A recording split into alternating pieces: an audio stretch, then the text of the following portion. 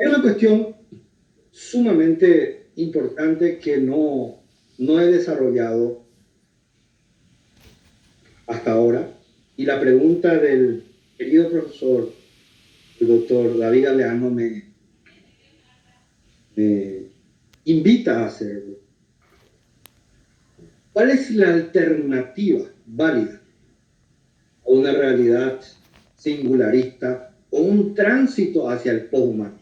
Porque tenemos que decirlo, probablemente nosotros como generación no lo vamos a ver, no lo vamos a disfrutar, no vamos a colonizar Marte, pero vaya a saber de aquí a 500 años qué va a ocurrir, no sabemos. Pero sí estamos camino hacia una perspectiva y tenemos que ser conscientes. ¿Cuál es la alternativa? ¿Cuál es el contrapeso que desde nuestros pueblos, desde Latinoamérica, nosotros podemos ofrecer y podemos de alguna forma instalar?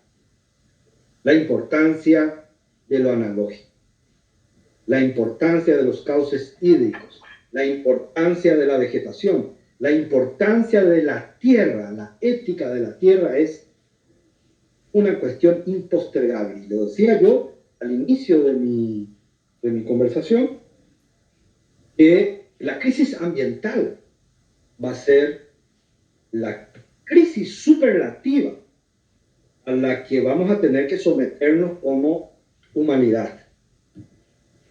Los pueblos indígenas tienen un conocimiento ancestral, tienen unos planteamientos políticos, filosóficos, si se quiere, que viene a poner sobre la mesa una vez más esa alternativa que, dependiendo de las decisiones políticas que nosotros tomemos, podemos hacer posible que los cauces hídricos sean regenerados. Más del 90% de nuestros cauces hídricos están contaminados a nivel país. A nivel regional no lo sé, pero no creo que esté muy lejos de eso.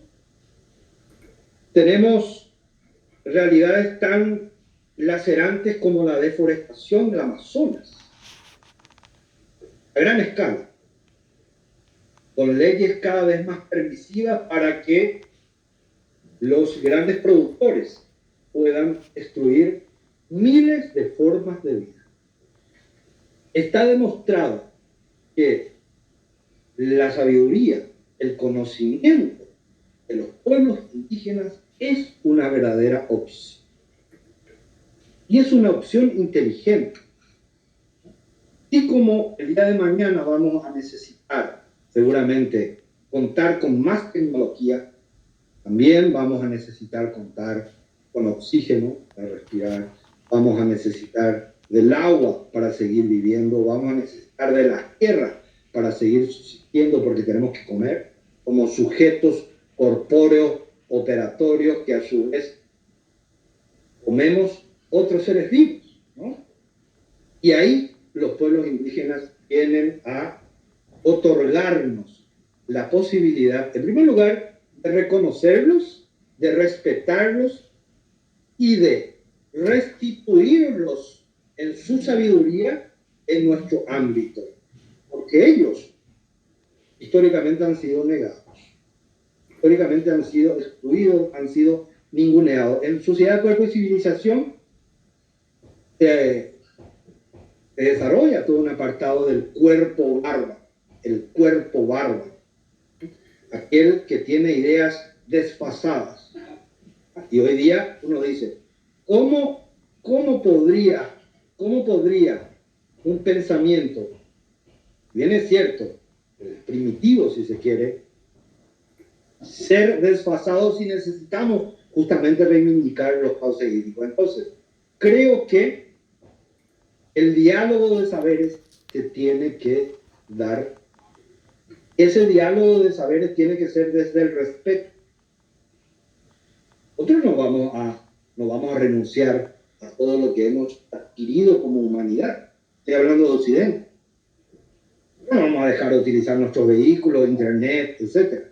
Pero sí estamos dejando de mirar ciertas cuestiones fundamentales que hacen al cuerpo. Y ahí pueblos indígenas tienen una labor política fundamental que nos resta dialogar con ellos.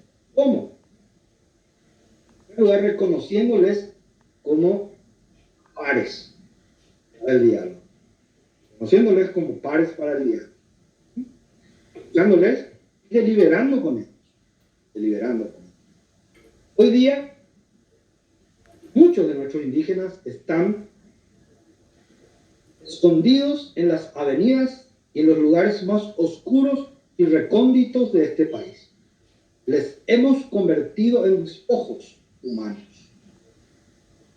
Para muchos de nosotros, no es mi caso, en tu caso, muchos paraguayos y paraguayas consideran a los indígenas despojos humanos, sin ningún tipo de dignidad y reconocimiento. Tenemos que revertir y tenemos que iniciar un gran diálogo en el contexto de la post-pandemia. Hace falta. Lo tenemos que hacer en términos científicos.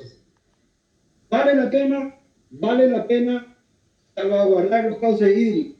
Que nos diga un especialista. Vale la pena. Vale la pena cultivar árboles. Vale la pena. Vale la pena empezar a hablar de ética de la tierra. Vale la pena.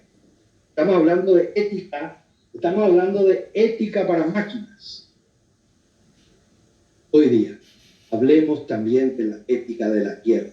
Y lo están haciendo, los brasileños lo están haciendo hace tiempo. Paraguay mismo, nosotros tenemos discursos, planteamientos ancestrales en defensa de la tierra, la búsqueda de la tierra sin mal.